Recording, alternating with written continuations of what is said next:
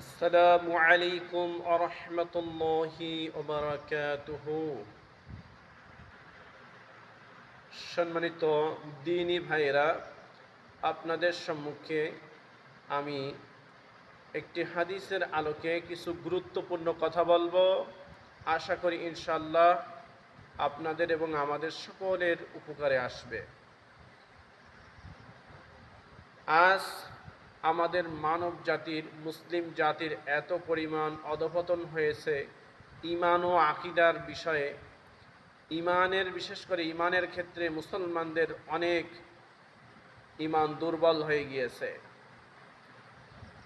রাসূল সাল্লাল্লাহু আলাইহি ওয়াসাল্লাম তিনি হাদিসে বলেছেন,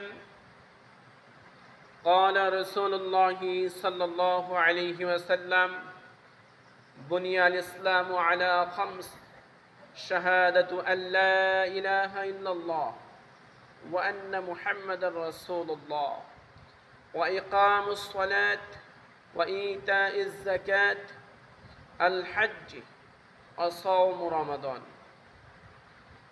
রাসূল সাল্লাল্লাহু আলাইহি ওয়াসাল্লাম তিনি বলেছেন, ইসলামের স্তম্ভ হচ্ছে পাঁচটি।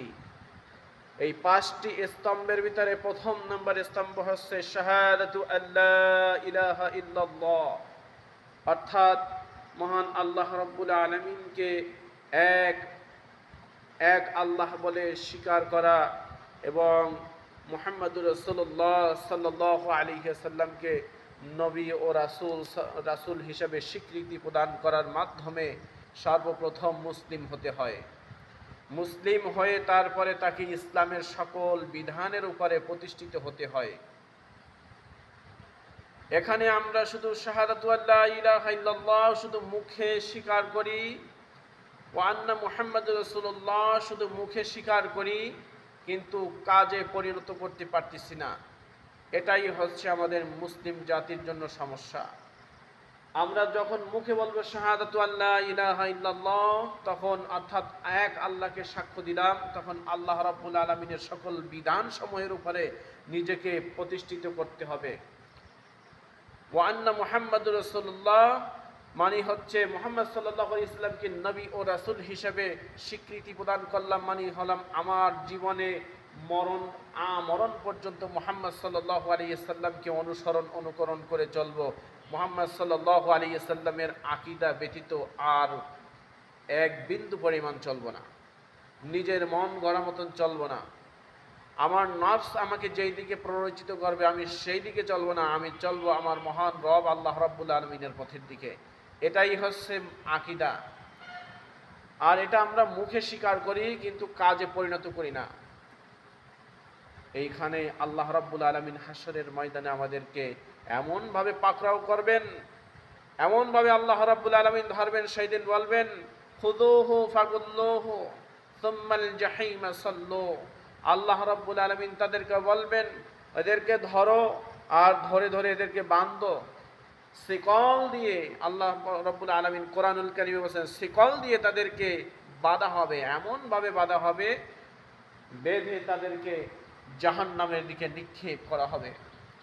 সেই জাহান্নাম কত ভয়াবহ একবার কি চিন্তা করে দেখেছে মানব জাতি? কোন মানব জাতি কি চিন্তা করে দেখেছে কত বড় ভয়াবহ হবে জাহান্নাম?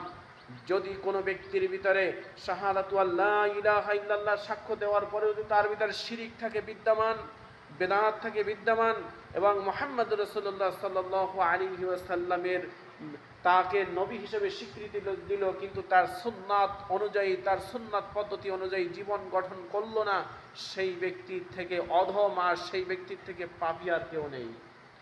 সুতরাং আল্লাহ রাব্বুল আলামিন তিনি এই হায়াতের জীবনে সুন্দর একটি সময় দিয়েছেন পরিবর্তন করার জন্য।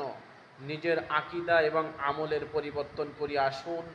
আল্লাহ রাব্বুল আলামিন আমাদেরকে প্রথম নম্বরে দিয়েছেন শাহাদাতু আল্লা ইলাহা ইল্লাল্লাহ দিয়ে ইসলামের ভিতরে প্রবেশ করতে হয়, ওয়া আন্না মুহাম্মাদুর রাসূলুল্লাহ দিয়ে প্রবেশ করতে হয়।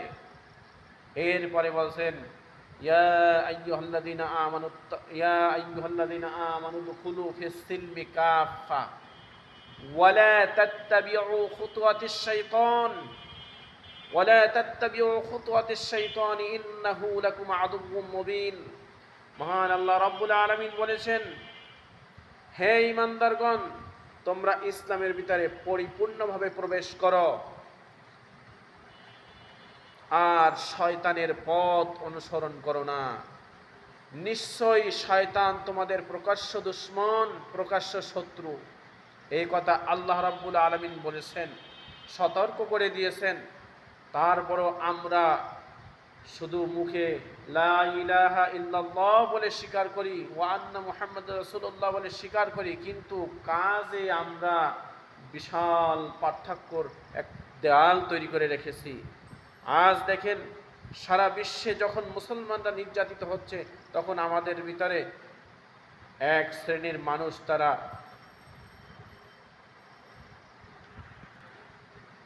হাসি তামাশা করে বেড়াচ্ছে। এটা তারা কখনো আমলের দিকে নিচ্ছে না যে পরবর্তীতে অমুসলিমরা তারা তো আমাদের উপরই টার্গেট করবে। সুতরাং সুন্নাহ যদি মানত, একজন রাসূল সাল্লাল্লাহু আলাইহি সাল্লাম বলেছেন যে একজন ব্যক্তি যদি, কোনো একজন মুসলিম ব্যক্তি যদি আঘাতপ্রাপ্ত হয়, তাহলে অপর একজন মুসলিম ব্যক্তির অন্তরে ব্যথা লাগবে, অপর একজন মুসলিম ব্যক্তির হৃদয়ে ব্যথা লাগবে। আর এটাই হচ্ছে মুসলিমের প্রতি দয়া, মায়া, ভালোবাসা। আর এটাই হচ্ছে রাসূল সাল্লাল্লাহু আলাইহি সাল্লামের সুন্নাহ পদ্ধতি, এটাই হচ্ছে রাসূল সাল্লাল্লাহু আলাইহি সাল্লামের সুন্নাত। যদি কোনো ব্যক্তি বিপদগ্রস্ত হয়, তাহলে সেই ব্যক্তিকে উদ্ধারের জন্য একজন ঈমানদার মুমিন ব্যক্তি আগে যাবে। আর আমাদের ভিতরে হিংসা, কলহ ঢুকে ঢুকে আমরা ঈমান থেকে খারিজ হয়ে যাচ্ছি, ঈমান থেকে আলাদা হয়ে যাচ্ছি। সুতরাং আসুন আমরা আমাদের ঈমানকে মজবুত করি, আল্লাহ রাব্বুল আলামিনের রজ্জুকে শক্ত করে ধরি। মহান আল্লাহ রাব্বুল আলামিন বলেছেন, ওয়াতাসিমু বিহাবলিল্লাহি জামিআন ওয়া লা তাফাররাকু, ওয়াতাসিমু বিহাবলিল্লাহি জামিআন। তোমরা আল্লাহর রজ্জুকে শক্ত করে ধরো এবং তোমরা দলে দলে বিভক্ত হইও না। আজ মুসলিম উম্মাহ দলে দলে বিভক্ত হয়ে গেছে, আর এই সুযোগটাই ইহুদি নাসারারা তারা কাজে লাগাচ্ছে মুসলমানদেরকে মারার জন্য। সুতরাং আসুন আমরা যেন ইহুদি নাসারাদের কবলে না পড়ি, ইহুদি নাসারাদের ষড়যন্ত্র থেকে যেন আমরা আমাদের নিজেদেরকে যেন নিরাপদ রাখতে পারি। আল্লাহ তাআলা আমাদেরকে সেই তৌফিক দান করুক। আমিন। আসসালামু আলাইকুম ওয়া রাহমাতুল্লাহি ওয়া বারাকাতুহু।